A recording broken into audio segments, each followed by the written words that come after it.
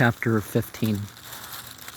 Such was the history of my beloved cottagers. It impressed me deeply. I learned from the views of social life which it developed to admire their virtues and appreciate the vices of mankind. As yet I looked upon crime as a distant evil. Benevolence and generosity were ever present before me, inciting within me a desire to become an actor in the busy scene where so many admirable qualities were called forth and displayed. But in giving an account of the progress of my intellect, I must not omit a circumstance which occurred in the beginning of the month of August of the same year.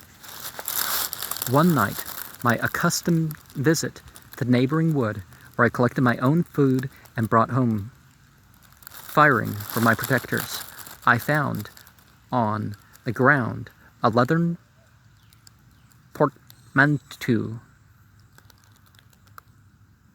portmanteau containing several articles of dress and some books.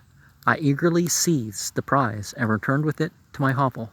Fortunately, the books were written in the language, the elements of which I had acquired at the cottage. They consisted of Paradise Lost, a volume of Plutarch's Lives, and Sorrows of Werther. The possession of these treasures gave me extreme delight. I now continually studied and exercised my mind upon these histories, whilst my friends were employed in their ordinary occupations.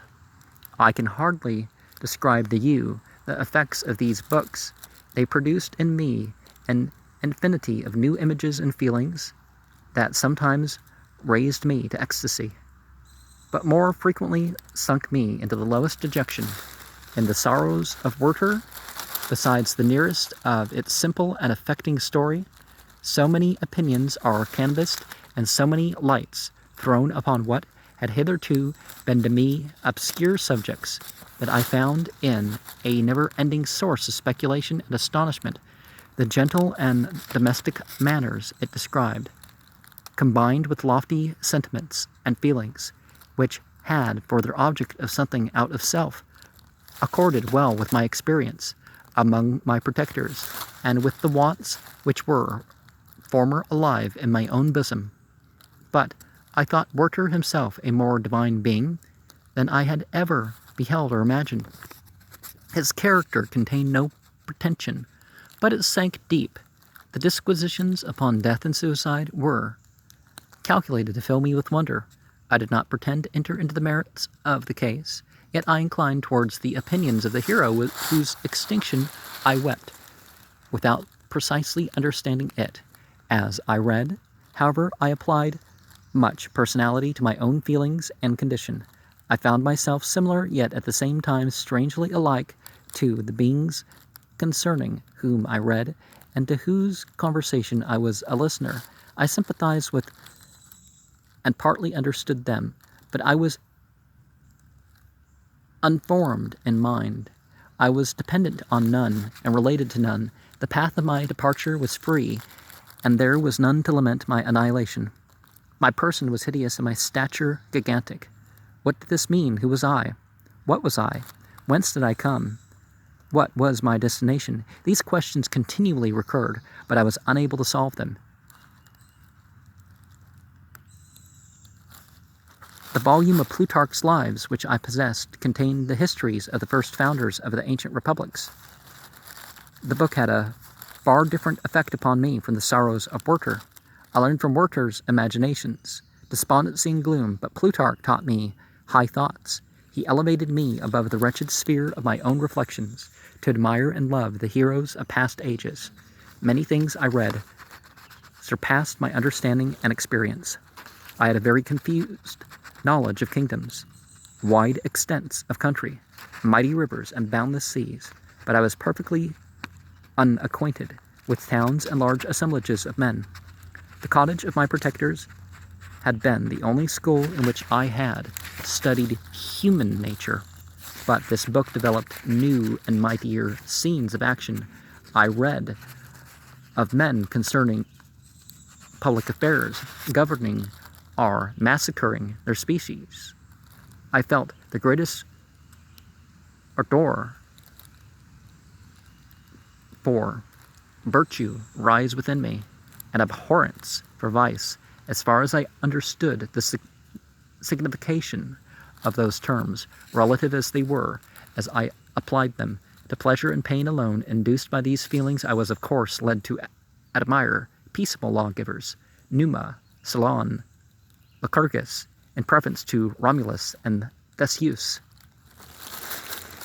The patriarchal lives of my protectors caused these impressions to take a firm hold on my mind. Perhaps if my first introduction to humanity had been made by a young soldier burning for glory and slaughter, I should have been imbued with different sensations.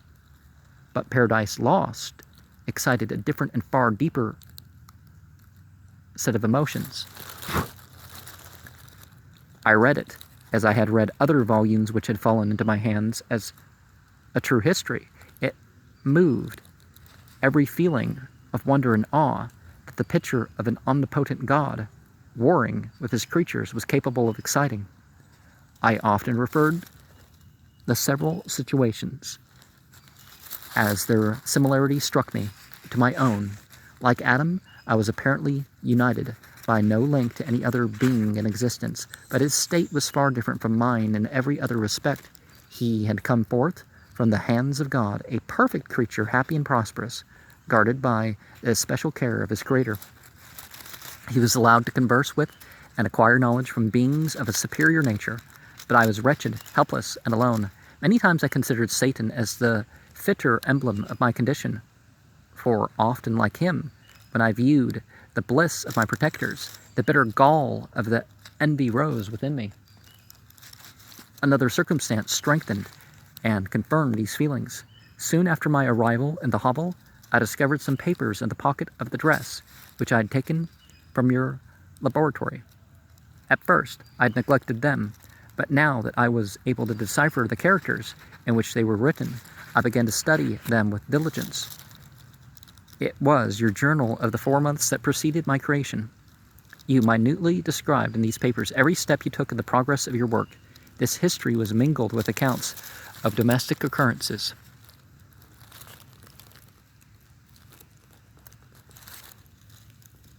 You doubtless recollect these papers. Here they are. Everything is related in them which bears reference to my accursed origin. The whole detail of that series is disgusting circumstances which produced it is set in view. The minutest description of my odious and loathsome person is given in language which painted your own horrors and rendered mine indelible. I sickened as I read. Hateful day when I received life! I exclaimed in agony. Accursed Creator, why did you form a monster so hideous that even you turned from me in disgust? God in pity made man beautiful and alluring after his own image, but my form is a filthy type of yours, more horrid, and even from the very resemblance, Satan had his companions, fellow devils, to admire and encourage him. But I am solitary and abhorred. These were the reflections of my hours of despondency and solitude. But when I contemplated the virtues of the cottagers, their amiable and benevolent dispositions, I persuaded myself that when they should become acquainted with my admiration of their virtues, they would compassionate me and overlook my personal deformity. Could they turn from their door one, however monstrous, who solicited their compassion and friendship, I resolved at least not to despair, but in every way would fit myself for an interview with them which would decide my fate. I postponed this attempt for some months longer, for the importance attached to its success inspired me with the dread lest I should fail. Besides, I found that my understanding improved so much with every day's experience that I was unwilling to commence this undertaking until a few more months should have added to my sagacity. Several changes in the meantime took place in the cottage. The presence of Safie diffused happiness among its inhabitants, and I also found that a greater degree of plenty reigned there. Felix and Agatha spent more time in amusement and conversation, and were assisted in their labors by servants. They did not appear rich, but they were contented and happy. Their feelings were serene and peaceful, while mine became every day more tumultuous. Increase of knowledge only discovered to me more clearly what a wretched outcast I was. I cherished hope, it is true, but it vanished when I beheld my person reflected in water or my shadow in the moonshine, even as that frail image and that inconstant shade. I endeavored to crush these fears and to fortify myself for the trial, in which a few months I resolved to undergo, and sometimes I allowed my thoughts, unchecked by reason, to ramble in the fields of paradise, and dared to fancy amiable and lovely creatures sympathizing with my feelings and cheering my gloom. Their angelic countenances breathed smiles of consolation, but it was all a dream. No Eve soothed my sorrows nor shared my thoughts. I was alone. I remembered Adam's supplication to his Creator. But where was mine? He had abandoned me, and in the bitterness of my heart, I cursed him. Autumn passed thus. I saw with surprise and grief that leaves decay and fall, and nature again assumed the barren and bleak appearance it had worn when I first beheld the woods and the lovely moon. Yet I did not heed the bleakness of the weather. I was better fitted by my conformation for the endurance of cold and heat. But my chief delights were the sight of flowers, the birds, and all the joyous apparel of summer. When those deserted me, I turned with more attention towards the cottagers. Their happiness was not decreased by the absence of summer. They loved and sympathized with one another, and their joys, depending on each other, were not interrupted by the casualties that took place around them. The more I saw of them, the greater became my desire to claim their protection and kindness. My heart yearned to be known and loved by these amiable creatures, to see their sweet looks directed toward me with affection was the utmost limit of my ambition. I dared not think that they would turn them from me with disdain and horror. The poor that stopped at their door were never driven away. I asked, it is true, for the greater treasures than a little food or rest. I required kindness and sympathy, but I did not believe myself utterly unworthy of it. The winter advanced, and an entire revolution of the seasons had taken place since I awoke into life. My attention at this time was solely directed towards my plan of introducing myself into the cottage of my protectors. I revolved many projects, but on that which I finally fixed was to enter the dwelling when the blind old man should be alone. I had sagacity enough to discover that the unusual hideousness of my person was the chiefest object of horror with those that had formerly beheld me. My voice, although harsh, had nothing terrible in it. I thought, therefore, that if in the absence of his children I could gain the goodwill and mediation of the old de Lacy, I might by his means be tolerated by my younger protectors. One day, when the sun shone on the red leaves that strewed the ground and diffused cheerfulness, although it denied warmth, Safie, Agatha, and Felix departed on the long country walk, and the old man, at his own desire, was left alone in the cottage. When his several children had departed, he took up his guitar and played several mournful but sweet airs, more sweet and more mournful than I had ever heard him play before. At first his countenance was illuminated with pleasure, but as he continued, thoughtfulness and sadness succeeded. At length, laying aside the instrument, he sat absorbed in reflection. My heart beat quick. This was the hour and moment of trial, which would decide my hopes or realize my fears. The servants were gone to a neighboring fair. All was silent in and around the cottage. It was an excellent opportunity, yet when I proceeded to execute my plan, my limbs failed me, and I sank to the ground. Again I rose, and exerting all the firmness of which I was to master, removed the planks which I had placed before my hovel to conceal my retreat. The fresh air revived me, and with renewed determination I approached the door of their cottage. I knocked. "Who is there?" said the old man. "Come in." I entered. "Pardon this intrusion," said I. "I am a traveler in want of a little rest. You would greatly oblige me if you would allow me to remain a few minutes before the fire." "Enter," said de Lacy, "and I will try in what manner I can to relieve your wants, but unfortunately my children are from home, and as I am blind, I am afraid I shall find it difficult to procure food for you." "Do not trouble yourself, my kind hosts. I have food. It is warmth and rest only that I need." I sat down, and a silence ensued.